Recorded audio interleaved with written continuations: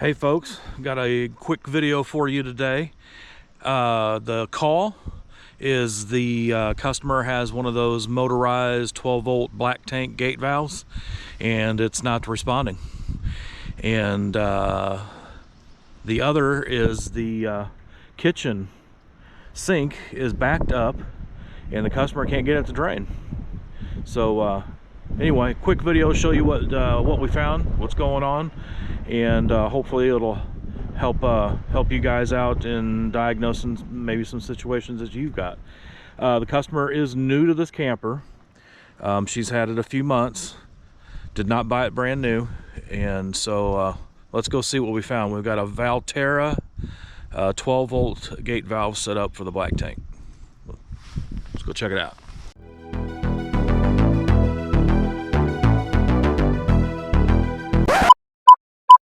So we found the switch for the gate valve in the wet bay. And that's where you find it installed a lot of times. Switch right here. Now when we showed up, that red light was not on. And red light comes on when the valve's open, so that you know, hey, you might want to close that valve when it's empty so that you can get your water barrier in there and not build any pyramids. So anyhow, it's got a little resettable 5-amp fuse right here, and of course it's not tripped. So it's like, that light is not on. Why is that light not on? So we started digging around, checked the fuse panel, of course, inside, found all fuses operational. So we pull this panel out and we find the wiring right there as it comes through the wall, and followed it. And what we found is, apparently the former owner, that white Romex right there is our DC wiring for that gate valve, and he's got it wired into the DC side of this power inverter over here. I was like, well, let's check the voltage. We had already checked the voltage behind the switch where the 5-amp resettable fuse is, and there was no volts there. So we checked over here behind the inverter. There's no voltage on the cables. Well, that's curious. So cables go through the wall. So we'll go on the other side of the wall, and that's where the battery compartment is.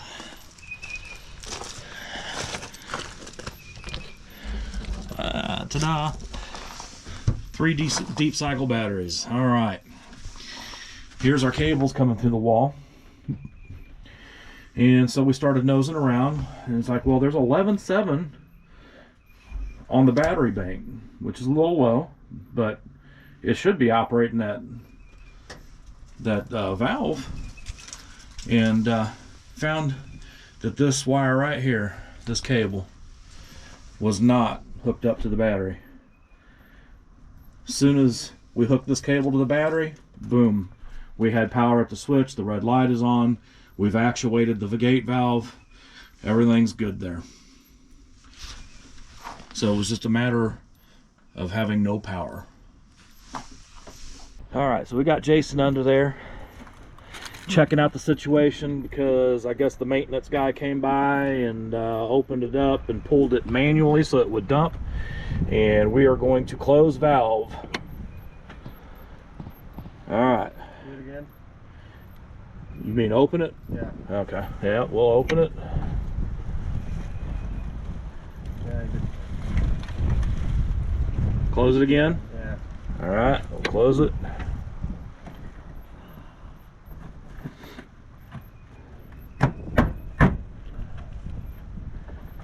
All right, so anyway, that problem is resolved. All right. So the other issue was customers got a kitchen island inside, and the kitchen sink is in the island. And the kitchen sink was full, not draining, and the customer is thinking that there's a clog. But customer, like I said, is new to this camper, and apparently she didn't realize that she has a galley tank. And the galley tank has a gate valve.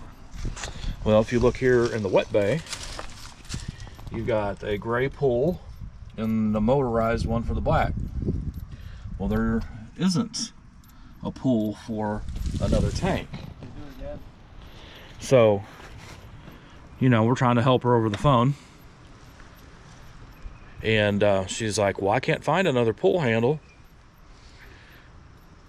That should be a tank open right now. You may close it? No. Okay, all right. So, me and these manufacturers, sometimes they'll do you dirty. A lot of times they'll do you dirty. Anyway, so right here, this little piece of J-wrap right here. No sticker to say, hey, there's a pull handle back here, but that's where we found it. There's your kitchen tank pull handle. And so you just gave that guy a tug, opened it up, and everything went to flowing. So that is 2 jobs done quite promptly.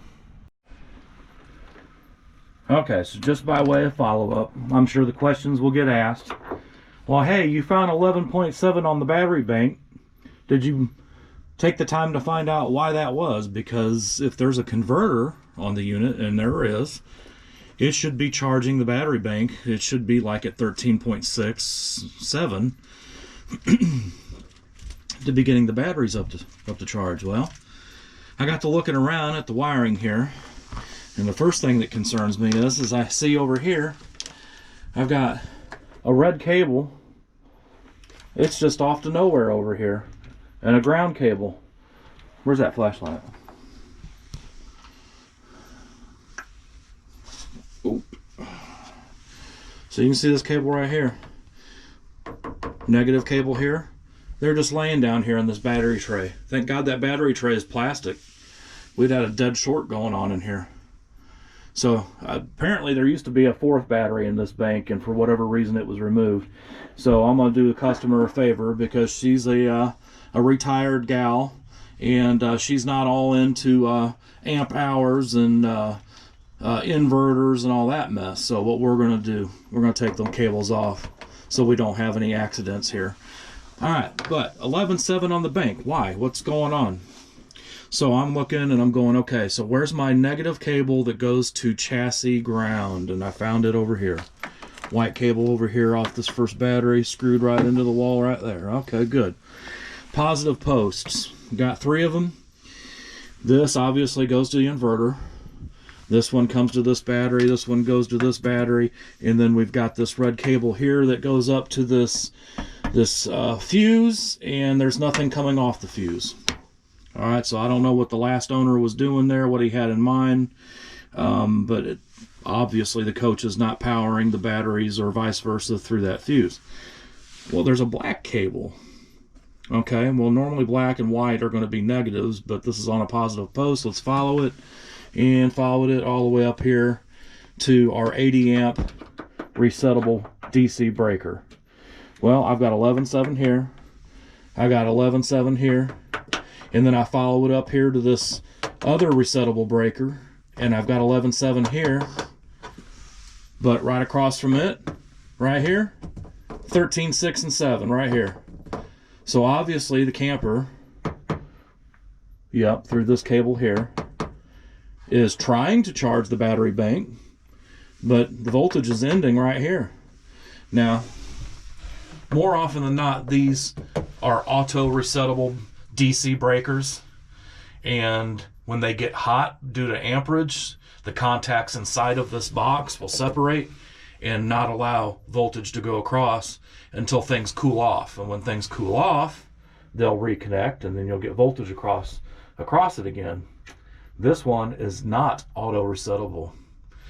If you ever see these in your camper, and you will, run your finger around it, down the sides of it, underneath it, and lo and behold, right over here, right behind this cable on the side of this, there's a button. And it was tripped. I pushed that button in, and boom, all of a sudden, I've got converter voltage at the battery bank. So now, her battery bank will get charged back up, and her little waste gate valve over there won't, over time, slowly deplete her battery voltage down until it don't work again. So anyway, I know you guys would want to know what the verdict was of this, and that's what it was. A tripped resettable breaker on the wall right there. So before we take off out of here today, I think we're going to pull her fireplace out, get the data tag off of that, since her fireplace is not producing heat anymore. And she wants a screen defender put in her screen door. You know, the whole dog screen thing keeps dogs from chewing up screen, clawing it up. So we brought one of those with us. We'll install that on the screen door, and then we'll call this done. Don't forget to give us a subscribe, like, comment, notification bell, and we appreciate you guys watching. And we'll see you on the next round around. Bye.